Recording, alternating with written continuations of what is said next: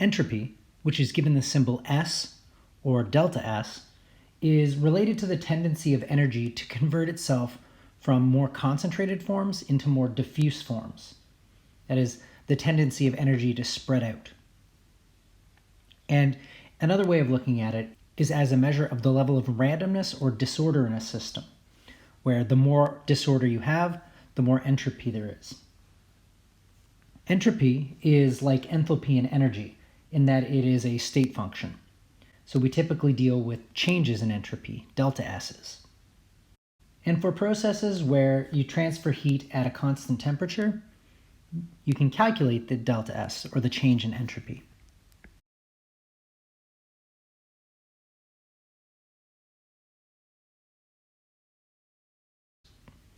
Phase changes are a common example for this kind of calculation. They're processes that happen at a constant temperature. So we'll use the example of melting ice.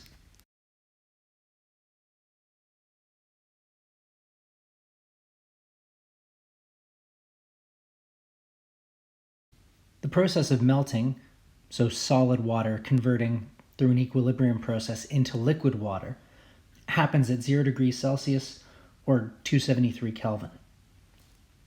And assuming that this process happens at constant pressure, that is, it's happening in an open container, we can say that delta H is going to be equal to the heat transferred. That is, the enthalpy is going to be equal to Q.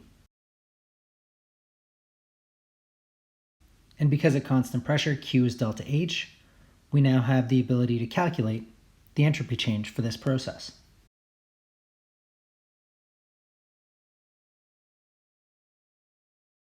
So when you convert solid water to liquid water at 0 degrees Celsius, there's going to be an increase in entropy of 22 joules per mole Kelvin.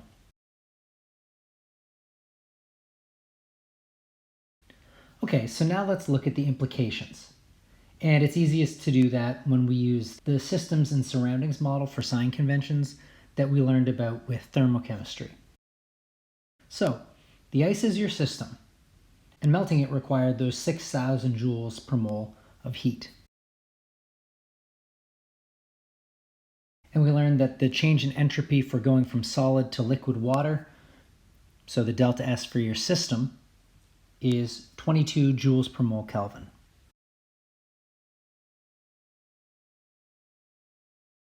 Now, I need you to imagine that you're melting the ice by holding it in your hand and making a fist around that ice.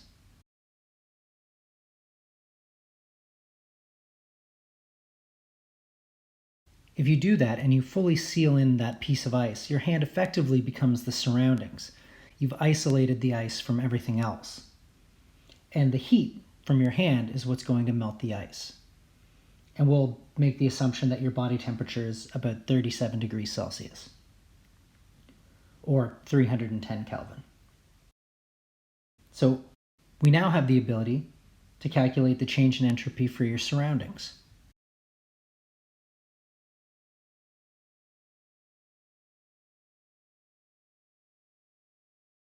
Now, I've made the Q, or the delta H, or however you want to think about it, negative in this example.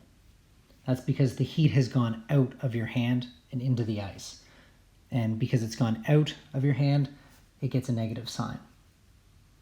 So the delta S of the surroundings is negative 19.4 joules per mole Kelvin. And just like with the systems and surroundings model from thermochemistry, the total change in entropy in the universe is equal to the sum of the change in entropy in a system plus the change in entropy in the surroundings.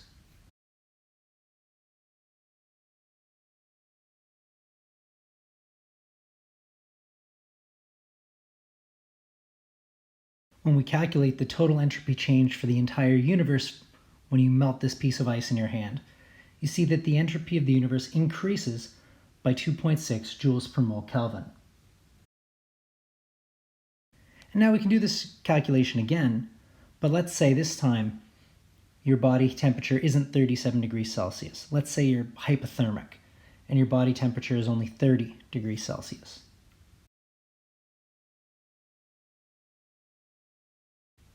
we can see that when you're colder now, and you're melting the ice in your hand, the entropy still increases for the universe, but it doesn't increase quite so much, only 2.2 joules per mole Kelvin, as opposed to 2.6 when your hand was warmer. And let's say we do something similar, but this time we're not hypothermic. You're absolutely frozen, and your body temperature is 0 degrees Celsius.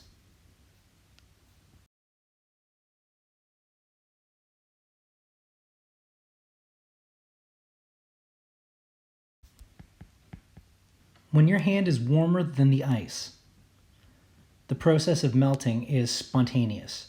You don't have to do anything, you don't have to force the ice to melt. As long as your hand is warmer than 0 degrees Celsius, the ice will melt spontaneously. So we can see that anytime that ice melting is spontaneous, the change in entropy for the universe is going to be positive. And the lowest possible change in entropy for a real spontaneous process is going to be a change in entropy for the universe of 0. That is, you're at the exact temperature where that process is spontaneous, the change in entropy will be 0.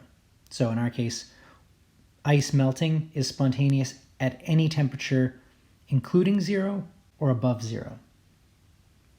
And what that means is that in almost all cases, in almost all processes, the change in entropy for the universe is going to be greater than 0. That is, in every real spontaneous process, the entropy is either going to do nothing or it's going to increase.